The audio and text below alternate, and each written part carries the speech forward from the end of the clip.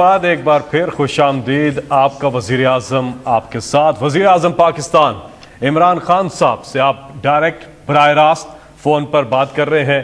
Number آپ کے سامنے آپ کی سکرین پر ہے 051224900. بہت سے لوگ کوشش کر رہے ہیں اور جو کالرز ہیں ان سے ایک درخواست ہے کہ اپنی بات مختصر رکھیے گا تاکہ زیادہ سے زیادہ ہم کالرز کو پروگرام میں شامل کر سکیں. اگلے کالر ہمارے ساتھ. جی السلام علیکم. ہلو وعلیکم السلام. جی جی کون صاحب؟ میرا نام منظور نقوی ہے, میں لاہور سے عرض کر رہا ہوں. جی جی جی فرمائیے. جی جی وزیر اعظم صاحب کو میرا سلام پہنچے پہلے تو. جی منظور صاحب سن رہا ہوں. وعلیکم السلام.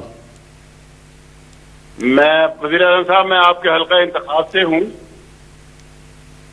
اور میں آپ کے ساتھ کافی عرصے سے ایک نظریاتی سوچ لے کر چل رہا ہوں کہ آپ نے جو علم بلند کیا تھا کرپشن کے خلاف, مافیات کے خلاف, شوگر مافیا, ڈرگ مافیا, جتنے بھی مافیات ہیں ان سب کے خلاف ایک آپ نے علم بلند کیا تھا, تو میں اس سوچ کا خود حامی ہوں اور میں آپ کے ساتھ صرف اسی وجہ سے چل رہا ہوں, شامل ہوں. لیکن مجھے ایک چیز نظر آ رہی ہے کہ 3 سال گزر گئے ہیں, ابھی تک ہم اس طرف چلے نہیں ہیں اور یہ مافیا جتنے بھی ہیں یہ طاقتور ہوتے جا رہے ہیں, بلکہ معذرت کے ساتھ کہ آپ کی کابینہ میں بھی وہ نظر آتے ہیں مافیا, اور ابھی تک ان کے خلاف کوئی ایکشن شروع نہیں ہوا. ابھی کچھ حال ہی میں 1-2 مافیا کے خلاف آپ نے ایکشن لیا ہے جو بہت قابل ستائش بھی ہے اور ہمیں کوئی تسلی بھی ہوئی ہے, لیکن ابھی بہت کام باقی ہے اور ٹائم بہت تھوڑا رہ گیا ہے. تو جی منظور صاحب دیکھیں, میں جو آپ کے اندر یہ فیلنگ ہے نا کہ تیزی سے چیزیں نہیں ہو رہی, میں پھر سے آپ کو ایک چیز سمجھاتا ہوں. فرینچ ریولوشن ہوئی, انہوں نے جو بھی پرانے تھے ان کی گردنیں اتار دی, ایک دم سارا چینج آ گیا. خمینی کی ریولوشن ہوئی, سارے پرانے تھے وہ یا جہاز میں بیٹھ کے انہوں نے باہر بھیج دیا اور یا ان کی گردنیں اٹھ گئی. دیکھیں یہ ہے ڈیموکریٹک چینج. ایک 2 پارٹی سسٹم جو 35 سال سے جڑیں گاڑ کے بیٹھا ہوا تھا اس کو ریپلیس کر کے ایک نئے لوگ آئے ہیں, جن کو پہلی دفعہ حکومت میں, زیادہ تر تو ہم پہلی دفعہ حکومت میں آئے ہیں, جس کے اندر پرانا سٹرکچر, وہ زیادہ تر وہی لوگ چیزیں بیٹھے ہوئے ہیں لوگ, وہ پرانا سٹرکچر ہے. چینج تو میں آپ میری سے آج کا دن نوٹ کر کے رائٹنگ میں میرے سے لے لیں کہ اس کو کوئی طاقت آپ نہیں روک سکتی. چینج تو آ رہا ہے, آپ کے سامنے چینج ہے. آپ کے سامنے سب سے بڑا چینج کیا ہے کہ 35 سال جو لوگ ایک دوسرے کو برا بھلا کہہ رہے تھے, جو کرپٹ کہہ رہے تھے, جو پیٹ پھاڑ کے پیسے نکالنے تھے, جس کو ایک سربراہ کو دوسرے نے جیل میں ڈالا, جنہوں نے ایک کے اوپر کیسز بنائے, سارے ایک پلیٹ فارم پہ کھڑے ہو کے ایک ہی بات کر رہے ہیں کہ جناب کسی نہ کسی طرح عمران خان کو فارغ کرو. ہمیں اور سب منظور ہیں لیکن عمران خان کو فارغ کریں. یہ ہی ہے چینج. اور وہ چینج, وہ ڈیمانڈ, صرف وہ ایک چیز چاہ رہے ہیں کہ عمران خان یہ کہہ دے کہ ہاں جی وہ نیب کے میں سارے قانون چینج کر دیتا ہوں تاکہ سب NRO مل جائے یا فارغ ہو جائے. چینج یہ ہے کہ آج ایک وہ گورنمنٹ کھڑی ہے, وہ کہتی ہے آپ جو مرضی کر لیں. ہم نے یہ جو کیسز طاقتور, جو آج تک طاقتور ہمیشہ اپنے لیے پریولیج پوزیشن سمجھتا تھا, پولیس والا آتا تھا تو اسے کہتا تھا پتہ نہیں میں کون ہوں, یہ وہ گورنمنٹ ہے جو پہلی دفعہ کسی کو نہیں, یعنی جو قانون توڑے گا اس کے پیچھے ہے. آسان نہیں ہے, یہ کبھی بھی کام آسان نہیں تھا. طاقتور کے اوپر جب ہاتھ ڈالتے ہیں آسان کام نہیں ہے. ان کے پاس جو وکیل ہے ان کو 5-5 کروڑ روپے دے رہے ہیں. ہمارا ہے نیا کا وکیل یا جو بھی گورنمنٹ کا, وہ چند لاکھ روپے لے رہا ہے. آسان نہیں ہے یہ کام.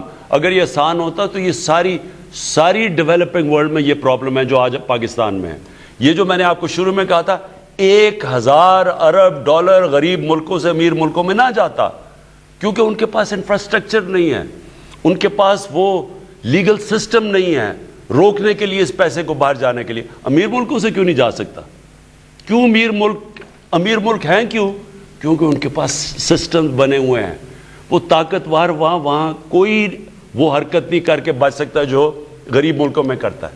تو یہ ایک جہاد ہے, اپنے ذہن میں ڈالیں, یہ جہاد ہم لڑ رہے ہیں. میں صبح اٹھتا ہوں, میں یہ نہیں سمجھتا کہ میں کوئی آفس جا رہا ہوں, میں جہاد لڑنے جا رہا ہوتا. میں اپنے ذہن میں یہ کہتا ہوں کہ یہ میں اللہ کے لیے کر رہا ہوں. کیونکہ جب آپ اپنے کمزور طبقے کی حفاظت کرتے ہیں, یہ اللہ کو خوش ہوتا ہے اس سے. میں تو اس کو یہ سمجھتا ہوں. اور آپ کے سامنے یہ جو چینی کا یہ جو سارا ہوا, یہ آپ کے سامنے آیا. آپ کو پتہ ہے انہوں نے جو سرکولیشن میں ابھی ہم نے پکڑا ہے, صرف پنجاب کے سٹہ بازوں نے صرف چند ہفتوں کے اندر یہ جو سٹہ بازی کی ہے, چینی پڑی ہوئی ہے اور وہ مہنگی ہوتی جا رہی ہے. آپ کو پتہ ہے ان کے کتنا پیسہ سرکولیٹ کیا؟ 600 ارب روپیہ. 600 ارب روپیہ صرف چینی میں ان کے بینک اکاؤنٹس میں سے پیسہ گیا جو ابھی ہم نے پکڑا ہے. 600 ارب روپیہ. آپ سوچ لیں کہ کس طرح کا پیسہ بن رہا ہے اور کس کا خون چوس کے بن رہا ہے؟ عوام کی. تو صرف میں آپ کو کہنا چاہتا ہوں صبر کریں. ہونا ہے, رکنا نہیں ہے. یہ جہاد ہے اور اس میں میں ساری قوم کو چاہتا ہوں کہ ساتھ میرے کھڑے ہوں, کیونکہ میں تو آپ کے لیے لڑ رہا ہوں. نہیں تو یہ میرے ساتھ سامنے سارے مل کے ٹولہ جو کھڑا ہوا ہے, جو ہوتا ہے وہ ساتھ کھڑا ہو کے تو جناب کسی طرح گورنمنٹ چلی جائے اور پھر شور مچا ہوا ہے. کوئی یہ بات نہیں کر رہا کہ گورنمنٹ نے آج تک اچھائیاں کیا کی. میں ابھی اس کے بعد میں یہ ضرور کہنا چاہتا ہوں کہ تھوڑی دیر میں آپ کو بتاؤں گا کہ ہمیں کون سا پاکستان ملا اور آج وہ پاکستان کدھر کھڑا ہے. مجھے یہ نہیں نظر آتا, کوئی اس کی بات نہیں کرتا کہ کس طرح ہم نے اس ملک کو سٹیبلائز کیا, کس طرح آج ملک معاشی طور پہ آگے جا رہا ہے. کبھی سنا ہے پاکستان کا روپیہ اوپر جانا شروع ہو جائے؟ نیچے تو گرتا ہم نے دیکھا ہے. 12 روپے کا ہوتا تھا ڈالر, آج جو ادھر آیا تو گرتا ہی گیا نا. یہ پہلی دفعہ ہے کہ پاکستان کا روپیہ مضبوط ہونا شروع ہو گیا. کچھ تو ٹھیک کر رہے ہیں نا ہم. کرونا کے دور میں ساری دنیا کا حال دیکھیں اور پاکستان کے سارے جتنے بھی اکانومی کے انڈیکس ہیں وہ پازیٹیو جا رہے ہیں. میں اس لیے چاہ رہا ہوں کہ ذرا حماد آپ کو میں نے دعوت دی ہے, صرف یہ بتا دیں کہ پاکستان تھا کیا 2018 میں اور آج ہم کدھر کھڑے ہیں معاشی طور پہ. جب 2018 میں ہم نے حکومت سنبھالی تو ملک کے معاشی انڈیکیٹرز اس صورتحال میں تھے کہ ہم میڈیا میں جا کے لوگوں کو بتا نہیں سکتے تھے, کیونکہ اگر ہم لوگوں کو کھل کے بتا دیتے تو کرنسی مارکیٹس میں, اسٹاک مارکیٹس میں ایک افراتفری کا عالم ہو جانا تھا. صورتحال یہ تھی کہ ملک آپ کا ڈیفالٹ کے قریب کھڑا تھا. فارن ایکسچینج ریزروز ہمارے تقریباً ختم ہو گئے تھے اور جو 7-8 ارب ڈالر نظر بھی آ رہے تھے اسٹیٹ بینک میں, وہ بھی چھوٹے مدت کے قرضوں کے اوپر مبنی تھے جو 2-3 مہینوں میں واپس کرنے ہوتے ہیں اور رول اوور کرنا ہوتا ہے. اس صورتحال میں ہمیں سخت فیصلے کرنے پڑے. کرنسی کو ہمیں ڈی ویلیو کرنا پڑا, کیونکہ اگر ہم نہ کرتے تو ہمارے پاس $500 ملین نہیں تھے ماہانہ کہ ہم اس میں ڈالتے اور ہم نے ڈیفالٹ کر جانا تھا. پھر ہمیں کچھ انٹرسٹ ریٹ بھی بڑھانا پڑا, لیکن اس کا پھر ہمیں ان سخت فیصلوں کا 1 سال بعد نتیجہ نظر آنا شروع ہو گیا. ہمارا کرنٹ اکاؤنٹ کا خسارہ جو تاریخ کا سب سے بڑا تھا جو ہمیں ملا تھا وہ سرپلس میں چلا گیا. 17 سال کے بعد وہ سرپلس کے اندر گیا. اس کے بعد عالمی ادارے جنہوں نے آپ کے وزیر اعظم بننے سے پہلے معیشت کو ڈاؤن گریڈ کیا تھا پاکستان کی, انہوں نے آپ کے 1 سال کے حکومت سنبھالنے کے بعد ہی پاکستان کی معیشت کو اپ گریڈ کرنا شروع کر دیا. اور صرف 1-2 نے نہیں, 3-4 عالمی اداروں نے. اس کے بعد جب ہم یہ ابھی سفر طے کر رہے تھے مستحکم ہونے کا, ہمارے فارن ایکسچینج ریزروز میں بڑھاوا آنا شروع ہو گیا تو کووڈ کی وبا آ گئی اور ہمارے ارد گرد ہندوستان میں اور دوسرے ممالک میں, یہاں تک کہ برطانیہ میں جو معیشت سی وہ 5 سے 10% تک سکڑ گئی. لیکن کیونکہ آپ نے بر وقت یہ فیصلہ کیا کہ ہم نے صرف جانوں کو نہیں بچانا بلکہ روزگار کو بھی بچانا ہے, تو ہم نے ایک حکمت عملی سے ہم چلے. ہم نے مغربی پالیسیز کو اندھا دھند فالو نہیں کیا, تو ہمیں صرف 0.4% کنٹریکشن یعنی سکڑاؤ نظر آیا, اور وہ بھی ہم نے بڑی جلدی کور کر لیا.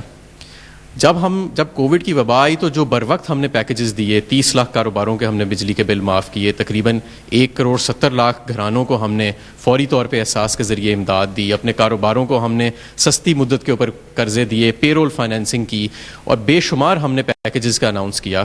تو اس کے نتیجے میں جو انیشل فورکاسٹ تھا کہ اس سال ہماری معیشت جتنی گرو کرے گی, اب اسٹیٹ بینک کا خیال ہے کہ اس سے دگنی رفتار پہ کرے گی.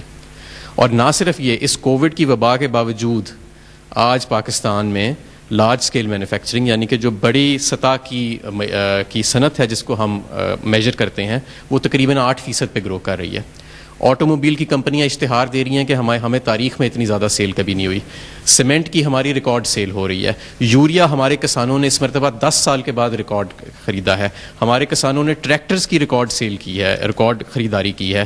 اس کے علاوہ آپ تمام دیکھ لیں, ہمارا جو ٹیکسٹائل نون لیگ کے دور میں 100 سے زیادہ ٹیکسٹائل ملیں بند ہو گئیں, وہ ہم نے ریوائیو کی. ہزاروں پاور لومز فیصل آباد میں بند ہو گئیں, وہ تمام ہم نے ریوائیو کی.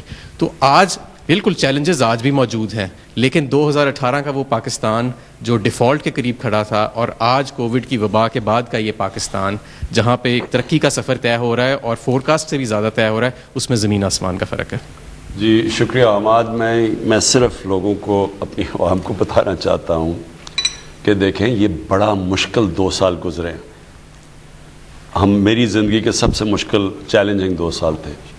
وہ 2 سال کیوں مشکل تھے؟ اس لیے کہ اگر یہ ابھی حماد نے بات کی, ڈیفالٹ کر جاتا پاکستان, جو ہمارا پہلا سال تھا وہ اتنا خوفناک تھا کہ اگر ڈیفالٹ کر جاتا. ڈیفالٹ کا مطلب کیا ہے؟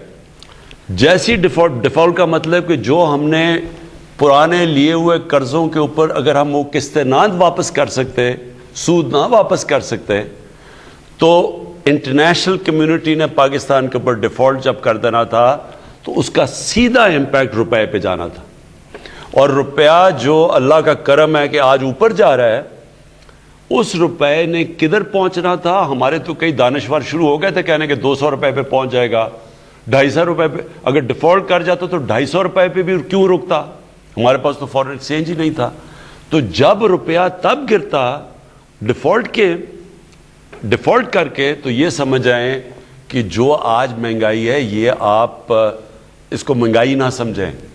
وہ آج اگر وینزویلا میں دیکھیں, آج بیروت کے لیبنان میں دیکھیں جدھر ان کی کرنسی گر گئی ہے, وہاں مہنگائی کا حال دیکھیں. ٹوکریوں میں روپے لے کے جاتے ہیں اور پھر بھی مشکل سے ڈبل روٹی نہیں ملتی. یہ وہ حالات ہیں. تو ہم تو اس حالات سے بچے ہیں, اور آج سارے اکنامک انڈیکیٹرز سب پازیٹیو کی طرف جا رہے ہیں. اللہ کا خاص کرم ہے کہ اتنی, ایک تو اپوزیشن نے افراتفری پھیلائی رکھی, بدقسمتی سے میڈیا میں کئی لوگوں نے ہر بری خبر ہیڈ لائن رکھ رہی ہے, تباہ ہو گئے. ایک ملک میں 70 سال سے آہستہ آہستہ چیزیں نیچے جا رہی ہیں. پچھلے 35 سال میں سارے ادارے تباہ ہو چکے ہیں. وہ تو آپ کوئی بھی دکھا دیں کہ جی دیکھیں یہ کسی ہسپتال میں چلے جائیں, جی دیکھیں یہ ٹھیک نہیں ہے, آپ تو کسی چیز کو بھی سامنے لا سکتے تھے. لیکن جو پازیٹیو چیزیں ہوئی ہیں, میری ریکویسٹ یہ ہے خود انویسٹیگیٹ کریں. یہ تو جھوٹ نہیں بول رہی نا فگرز آپ, کہ پاکستان کی تاریخ میں سب سے زیادہ سیمنٹ کی سیلز ہوئی. ٹویوٹا کہہ رہی ہے انڈو سپورٹرز کہ 30 سال میں سب سے زیادہ گاڑیاں بکی ہیں. تو کچھ تو ہو رہا ہے نا اکانومی میں کہ جو ایک دم چینج آ گیا. اور یہ چینج انشاءاللہ, میں آپ کو یہ آج کہوں, ہمیں پتہ نہیں کہ باہر کوئی حالات بگڑ نہ جائیں, لیکن جس طرح اب ہم جا رہے ہیں آگے مزید آپ کو میں بتاؤں گا یہ ملک اب اوپر جائے گا. ہمارے انشاءاللہ جو کہ ٹورزم ہے, ابھی تو میں نے اس کی بات ہی نہیں کی ٹورزم کی, یہ ٹورزم ہی ملک کو اٹھا دے گی. جو زرعی اصلاحات اب ہم کرنے جا رہے ہیں, اور اس مہینے میں آپ کو ایک پیکج لے کے آ رہا ہوں زرعی اصلاحات کا, جو ریولوشن ہے کہ ہم نے کیسے اس ملک کو چینج کرنا ہے. اور ایک ریولوشن شروع ہو گئی ہے. جو ہم باہر سے تیل امپورٹ کرتے ہیں, یہ جو ایڈیبل آئل جو پتہ نہیں $3 ارب ہم اس کے اوپر خرچ کرتے ہیں, اور باہر وہ مہنگا ہوتا ہے تو یہاں بھی گھی مہنگا ہو جاتا ہے. ہم اب جو زیتون کی جو اس ملک میں اب زیتون کے درخت لگ رہے ہیں, اور جو ریولوشن آ رہی ہے, ہمیں کبھی کہیں سے باہر تیل امپورٹ نہیں کرنا پڑے گا, اور بلکہ ہم ایکسپورٹ کریں گے اس کو. یہ جو سارا علاقہ اب لاکھوں کروڑوں درخت لگ رہے ہیں اب ہمارے زیتون کے, اور اسی طرح جو نیا ہی اب میں زرعی پالیسی لے کے آؤں گا, یہ جو ہمارا ایگریکلچر ہے اس کو انشاءاللہ اب ہم اٹھا دیں گے. جی شکریہ پرائم منسٹر صاحب. اب ہم 3